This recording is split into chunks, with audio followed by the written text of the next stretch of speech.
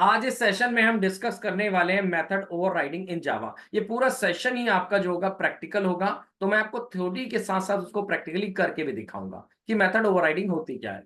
तो method overriding सबसे पहले समझते क्या होता है। If child class has the same method as declare in the parent class, अगर आपके चाइल्ड क्लास में सेम मेथड है जो कि आपके पेरेंट क्लास में भी डिक्लेयर है, मतलब पेरेंट क्लास में जो मेथड डिक्लेयर है वही आपके चाइल्ड क्लास में भी डिक्लेयर है, तो चाइल्ड में हम इसको बोलते हैं it is known as method overriding. मतलब चाइल्ड में पेरेंट क्लास का जो सेम मेथड मैंने दोबारा लिखा है, इंप्लीमेंट किया है, वो एक्चुअली देखा जाए तो क्या है, पेरेंट क्लास के उस मेथड का ओवरराइडिंग है, ओवरराइड है। ठीक है। In other words, it if a sub class provide the specific implementation of the method that is has been declared by one of its parent class. अगर दूसरे शब्दों में हम बोले कि अगर आपके पेरेंट के पास, ठीक है, आपके पेरेंट के पास एक मेथड पड़ा हुआ है ऑलरेडी, वो उसको डिक्लेयर कर रखा है, उसकी इंप्लीमेंट कर रखा है, यानी उसकी बॉडी डिफाइन कर रखी है। अगर चाइल्ड चाहता है कि सेम मेथड के लिए कोई एक अलग से इंप्लीमेंटेशन हो, मतलब मेथड सेम हो लेकिन उसकी कोडिंग का तरीका अलग हो, उसका लॉजिक थोड़ा सा डिफरेंट हो, तो सब क्लास में क्या करते हैं, हम उसको दोबारा रीडिफाइन करते हैं। और इस रीडिफाइन का मतलब हम उसको क्या करते हैं, चाइल्ड क्लास में ओवरराइड करते हैं। अब मेथड ओवरराइडिंग की जरूरत क्यों पड़ती है? Method overriding is used to provide the specific implementation of a method which is already provided by its super class. तो मेथड ओवरराइडिंग की जरूरत ये पड़ी कि आपके पेरेंट क्लास में एक मेथड है, अब वो डिक्लेयर भी है और डिफाइन भी है, लेकिन आप चाहते हैं उसका इंप्लीमेंटेशन पार्ट चाइल्ड के अकॉर्डिंग स्पेसिफिक हो। फॉर एग्जांपल, मेरे पास कार के पास एक मेथड है स्टार्ट, एक कार क्लास है, उसका स्टार्ट मेथड है, उसका कोड लिखा हुआ, लेकिन मैं चाहता हूं कि जब कार का एक चाइल्ड बने, जैसे स्विफ्ट कार हो या आपकी कोई और कार हो, तो जो कार स्विफ्ट कार का के अंदर जो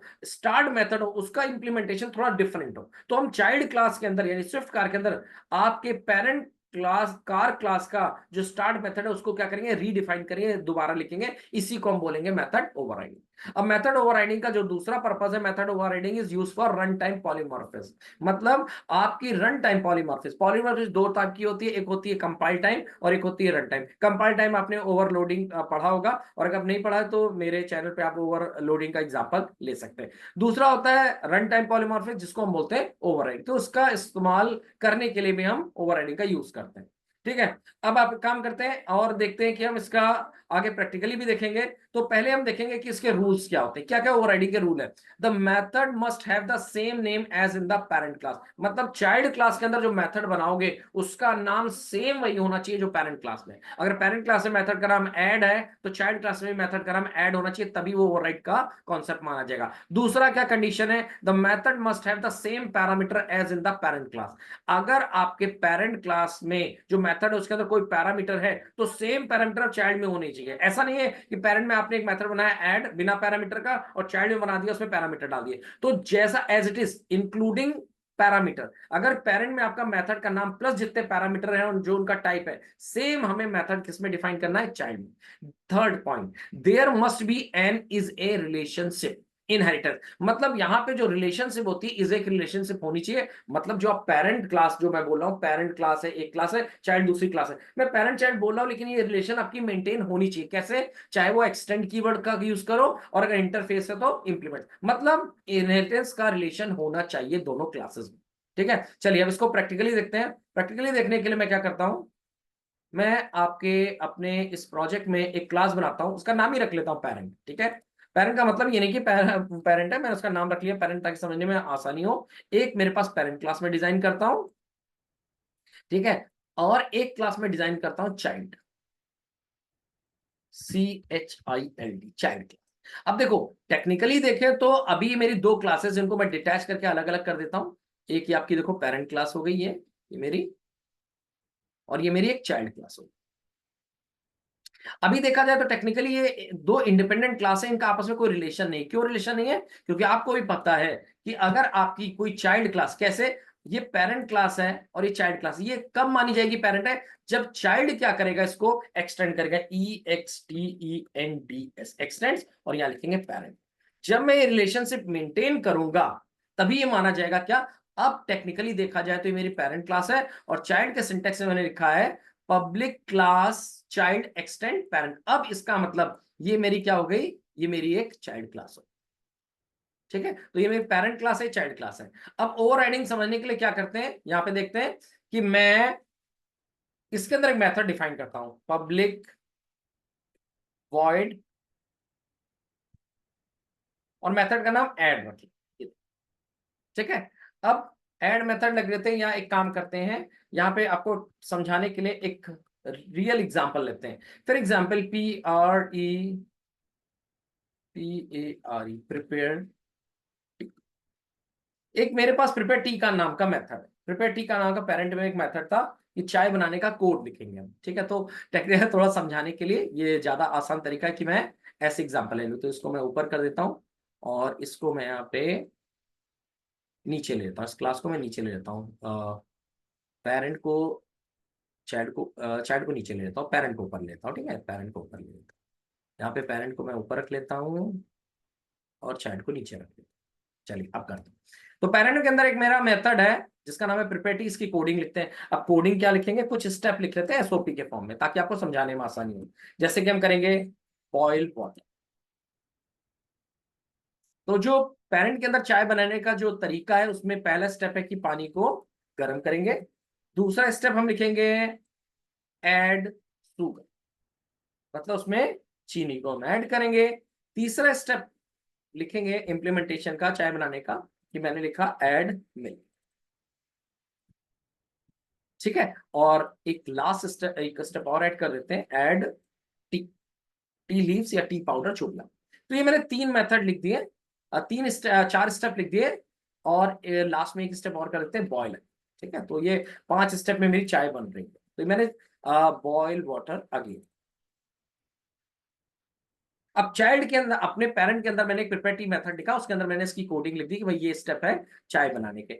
अब मान लो क्या एग्जांपल है कि अगर मैं क्या करूंगा, चाइल्ड के अंदर इस मेथड को देखूं तो ये अवेलेबल है बाय डिफॉल्ट। कैसे? क्योंकि इनहेरिटेंस किया एक्सटेंड, तो ये मेथड इसके अंदर अवेलेबल है। इसे कैसे देखेंगे, तो उसको देखने के लिए मैं एक अलग क्लास डिजाइन करता हूं, मेन क्लास का नाम मेन क्लास करता हूं, जहां से मैं, या प्रदीप क्लास रख लेता हूं। मतलब मैं खुद का एग्जांपल लेता हूं कि मैं प्रदीप एज ए क्लास अपने को यूजर भी दिखा रहा हूं, मैंने मेन मेथड बनाया। इसके अंदर मैं क्या करूंगा, आप देखना, मैं चाइल्ड क्लास का ऑब्जेक्ट बनाऊंगा। मैं चाइल्ड क्लास का ऑब्जेक्ट बनाऊंगा CHILD, child, CH equal to new child. तो मैं चाइल्ड क्लास का ऑब्जेक्ट बना रहा हूं। चाइल्ड के अंदर अभी आपको वैसे देखा जाए तो कोई मेथड नहीं है मेरे चाइल्ड के अंदर, लेकिन एक मेथड अवेलेबल होगा। कौन सा? ये जो मेरा प्रिपेयर है, ये मेथड इस चाइल्ड के अंदर भी अवेलेबल होगा, क्योंकि एक्सटेंड किया है। तो इसका मतलब पेरेंट क्लास के जितने मेथड और चाइल्ड क्लास में अवेलेबल होंगे। तो आप यहाँ देखो भी, अगर मैं यहाँ पे CH डॉट करता हूं, तो मुझे ये आपका प्रिपेयर टी मेथड मिलेगा, और मैं इसे कॉल कर लूंगा, इसे रन कर लेंगे। ठीक है, तो आपका क्या है, इसका मतलब चाइल्ड क्लास के पास प्रिपेयर मेथड यहाँ पे अपने आप अवेलेबल हुआ, और मैंने जब चाइल्ड क्लास का ऑब्जेक्ट बनाया तो इस मेथड को कॉल करने का। अब आता है क्या, कि मान लो चाइल्ड को, ये जो आपका प्रिपेयर मेथड है, इसके अंदर की कोडिंग को अपनी स्पेसिफिक चेंज करना, मतलब वो चाहता है कि इसके अंदर कोडिंग चेंज करे, तो क्या करेगा, सेम मेथड सेम नाम से सेम मेथड वो यहाँ पे अपने चाइल्ड क्लास में बनाएगा ऐसे। और इसके बाद, बनाने के बाद क्या कर सकता है, इसके अंदर ही कोडिंग चेंज कर सकता है। फॉर एग्जाम्पल, उसका इंप्लीमेंटेशन था कि भैया मैं अपनी चाय में क्या करता हूं, जिंजर भी ऐड कर देता हूं, क्योंकि स्पेसिफिक इंप्लीमेंटेशन है कि भैया मेरी चाय में जिंजर का स्टेप भी आना चाहिए। अब देखो, जो पेरेंट का प्रिपेयर टी मेथड है, उसके अंदर 5 स्टेप है, जिसमें वाटर, बॉयल वाटर लिखा है, ऐड शुगर किया, ऐड मिल्क, ऐड टी, और बॉयल वाटर अगेन। लेकिन जो चाइल्ड ने अपने अंदर इसको ओवरराइड किया, उसने क्या किया, इंप्लीमेंटेशन थोड़ा चेंज कर दिया, उसने उसमें ऐड जिंजर का स्टेप भी लिखा। तो अब अगर मैं सेम मेथड यहाँ पे, ये जो मैंने आपका प्रदीप के अंदर मेन मेथड से कॉल किया है, ये कॉल करूंगा, तो ये क्या करेगा, ये पेरेंट के मेथड को कॉल नहीं करेगा, ये चाइल्ड के मेथड कॉल करेगा। ये देखो, अगर मैं रन कर, क्यों? क्योंकि इसी को बोलते हैं फंक्शन ओवरराइडिंग। अगर आपके पास पेरेंट के पास कोई मेथड है और चाइल्ड ने अपना उसको रीडिफाइन नहीं किया है, तो जब भी चाइल्ड का ऑब्जेक्ट बना के आप काम करोगे, वो पेरेंट के मेथड को कॉल करेगा। लेकिन अगर चाइल्ड ने सेम मेथड को अपने अंदर दोबारा डिफाइन कर लिया है, दोबारा वहां पे बनाया है, और उसके अंदर की कोडिंग चेंज कर रहा है, तो अब मेथड ये वाला कॉल होगा। ये देखो यहाँ पे कॉल, एड जिंजर वाला। और अगर मैं फिर से क्या कहूं, कि अगर मैं इसको यहां से हटा दूं, तो अब ये क्या है, मेथड ओवरराइडिंग नहीं है, क्योंकि चाइल्ड के पास वो जो मेथड है वो पेरेंट से आ रहा है। तो फिर से अगर मैं रन करूं, तो मेरा कौन सा कॉल होगा, तो इसको बोलते हैं फंक्शन ओवरराइड। अच्छा, इसमें एक चीज और बता दूं मैं आपको, कि अगर मैं यहाँ पे देखो प्रिपेयर टी है, इसके अंदर कोई पैरामीटर, फॉर एग्जाम्पल एक पैरामीटर लेता, मैंने लिखा STRING, स्ट्रिंग, एक पैरामीटर ले लेता हूं मिल्क MIL के मिल्क टाइप, एक एग्जाम्पल ले रहा हूं, एक पैरामीटर ले लिया। अब अगर मैं चाइल्ड के अंदर जाके प्रिपेयर टी नाम का ऐसे करना, अगर प्रिपेयर टी नाम का ऐसे मेथड बनाऊं जिसके अंदर मैंने पैरामीटर नहीं दिए, ध्यान रखना मैंने पैरामीटर क्या किए हैं, नहीं दिए, तो यहां पे ये कॉन्सेप्ट जो है वो फंक्शन ओवरराइडिंग नहीं कहलाएगा। क्यों नहीं कहलाएगा? क्योंकि आपका कंडीशन ये है कि फंक्शन ओवरराइडिंग वही होता है जिसमें आपका दूसरा रूल क्या था, पैरामीटर भी सेम होने चाहिए। अब देखो मेरे पास पेरेंट के पास जो फंक्शन है उसमें एक पैरामीटर पास हो रहा है, लेकिन चाइल्ड के पास उसमें कोई भी पैरामीटर पास नहीं हो रहा है, तो इसको हम फंक्शन ओवरराइडिंग नहीं बोलेंगे। ठीक है, आप देखो अगर मैं CS डॉट करूंगा तो अब आपको यहाँ पे CS डॉट करने पे तो यहाँ पे दोनों मेथड अलग दिखाई देंगे। प्रिपेयर टी मेथड ये है चाइल्ड का है, और ये प्रिपेयर टी मेथड किसका है, पेरेंट का। तो यहाँ पे फंक्शन ओवरराइडिंग नहीं है। फंक्शन ओवरराइडिंग कब होती है, जब मेथड का नाम भी सेम हो और उसके पैरामीटर भी क्या हो, सेम हो। तो ये जो ये आपका इस समय सिनेरियो है, ये मेथड ओवरराइडिंग का नहीं है। पेरेंट के पास अपना प्रिपेयर टी मेथड है सिंगल पैरामीटर वाला, और चाइल्ड के पास अपना मेथड है विदाउट पैरामीटर।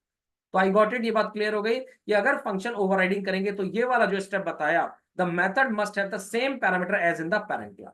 अब जो इजी रिलेशनशिप वाला बताया वो क्या था कि देखो इनमें पेरेंट और चाइल्ड में ये रिलेशनशिप होनी चाहिए। अगर ये रिलेशनशिप ही एक्सटेंड करके पेरेंट हटा देंगे तो ये कॉन्सेप्ट तो फिर भी काम नहीं करेगा। देखो अगर हटा दिया मैंने एक्सटेंड, अब क्या है, अब मैंने इसका नाम पेरेंट इसका चाइल्ड रखा है, लेकिन एक्चुअली टेक्निकली देखे तो ये पेरेंट और ये चाइल्ड आपस में रिलेशन में नहीं है, क्योंकि मैंने एक्सटेंड कीवर्ड लिखा ही नहीं। तो यहाँ पे आपको चाइल्ड के मेथड तो दिखाई देंगे CS डॉट, देखो चाइल्ड का मेथड तो दिख रहा है लेकिन पेरेंट का मेथड नहीं दिखेगा क्योंकि ये रिलेशनशिप नहीं है।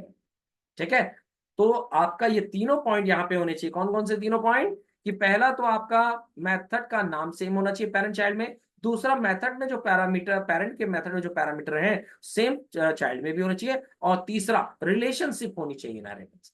तो आई होप ये आपको क्लियर हो गया होगा कि मेथड ओवरराइडिंग क्या होती है। ठीक है, स्टिल आपका कोई डाउट हो तो आप मुझे कमेंट में लिख सकते हैं, और अगर आपने मेरे चैनल को सब्सक्राइब नहीं किया है तो आप मेरे चैनल को सब्सक्राइब कर सकते हैं। Thank you.